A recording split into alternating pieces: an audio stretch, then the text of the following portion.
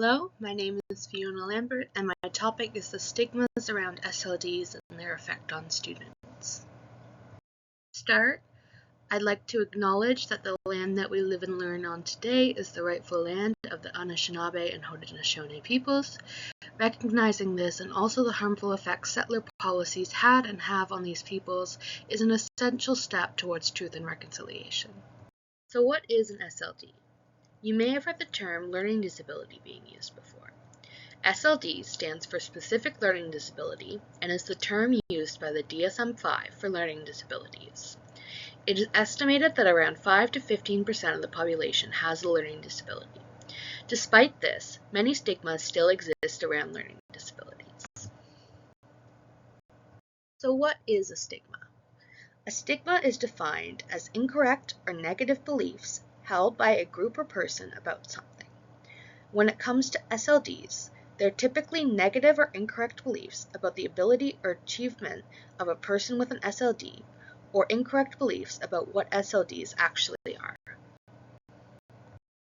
In order to debunk some common misconceptions about SLDs and people with SLDs, try to guess if these are true or false.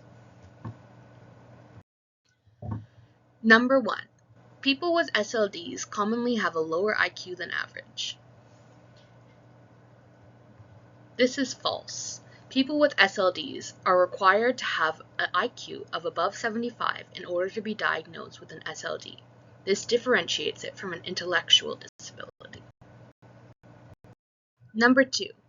Students with SLDs are less likely to achieve long-term success. This is both true and false. Students with SLDs are less likely to achieve long-term success, not due to their SLD, but due to the barriers and stigmas surrounding their SLDs.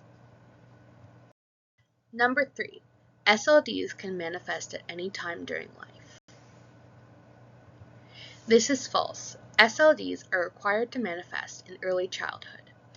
However, they may not become apparent until the academic requirements exceed a person's limited ability.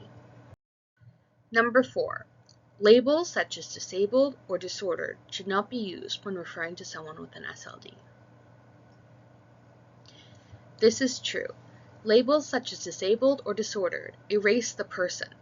Instead, you should use terms such as person with a disability, person with a learning disability, or person with a specific learning disability. We have already talked about many of the stigmas surrounding SLDs. However, there are still some others. One of the main ones is that accommodations give students an unfair advantage. This is untrue. For students with SLDs, accommodations level the playing field, allowing them to compete on an equal level as their peers. However, if someone who does not need an accommodation is given one, it can provide an unfair advantage. This is why it's important to only give accommodations to students who actually need them. Another common belief is that students with SLDs are inferior to students without SLDs. Because of this belief, many teachers hold lower expectations for students diagnosed with an SLD than for other students with the same achievement level. In a study, teachers were given descriptions of 2 students with equal grades, one of which had a learning disability, and asked which student they had higher expectations for. The majority of them chose the student without the SLD. Students with SLDs are also often treated with less respect or talked down to, and viewed negatively by their peers.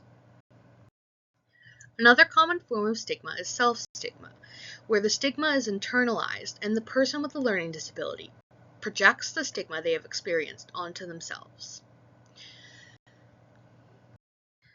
There are many negative effects of the stigma on students with SLDs.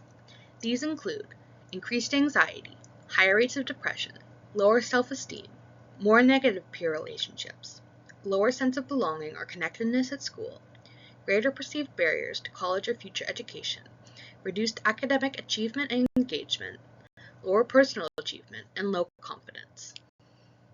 This is a flowchart pulled from one of the research articles I was studying. It shows how the contributing factors to the stigma flow into the downstream consequences that include academic, social, and mental health and well-being consequences. To conclude, stigmas have real negative effects on people with SLDs. Reducing stigma requires understanding SLDs, correcting misconceptions, and becoming aware of the stigmas surrounding them. It is important for equality and student success that we reduce these stigmas. Thank you.